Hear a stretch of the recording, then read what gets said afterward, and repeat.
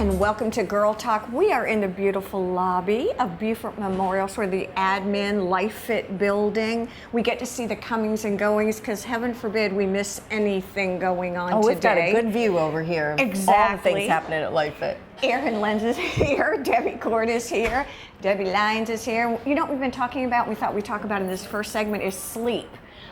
We don't realize how important, lack thereof. I was just going to say, we don't realize how important it is until you don't have it. And today, my dear friend Debbie Court came in with a tiny little tootie-toot because little Liliana decided to rise and shine before at the appropriated 4:45 time. Yeah. You know, like she now knows how to get herself out of her room, and I think that newfound freedom and independence has just got her sparked and ready to roll. And she probably wasn't up making coffee and scrambled eggs. Mama put her right. It was like, no ma'am, back into bed. And then she gets up at 6:30 and she comes out, Mama, I saw you mad at me.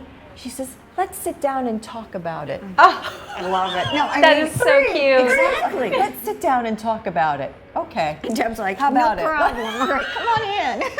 What did you do for your kids? You got 5 kids. How did you get them to rise and shine at the appropriated? It's all a blur at this point, but I can tell you that sleep, I did draw the boundary with my sleep. So I would shut the door. I think when they were really young, we had the little safety gate. Yes. As soon as we knew they could get out of bed. I didn't even know what you were going to say. So that they would be locked in. Well, I was afraid of different things, you know, maybe falling down steps or what have you. But it seemed to work, and they did realize that, no, we're not going to mess with Mom when it comes to her sleep.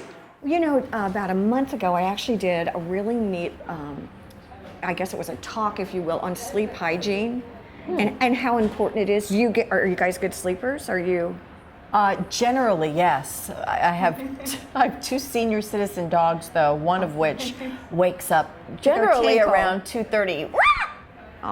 And he's bad dreams? He's usually got to go to the potty, and he's lame, so he can't get out of bed, so we have to carry him out. And so not so much. So I love it. How about sleep you? Deprived. I love my sleep. In fact, I'm enjoying the summer where we don't have to rush out the door and the alarm's not going off at 5:30.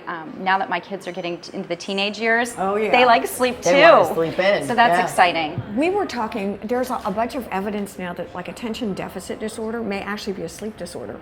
Really? Because it's the one common for everything. Kids have trouble with their sleep. Man. Yeah, doesn't it make sense? It does make sense, because if you have a bad night's sleep, the rest of your day you don't feel like you can focus. I can't focus, I can't get this to work. You don't feel sharp and on your game. I'm irritable.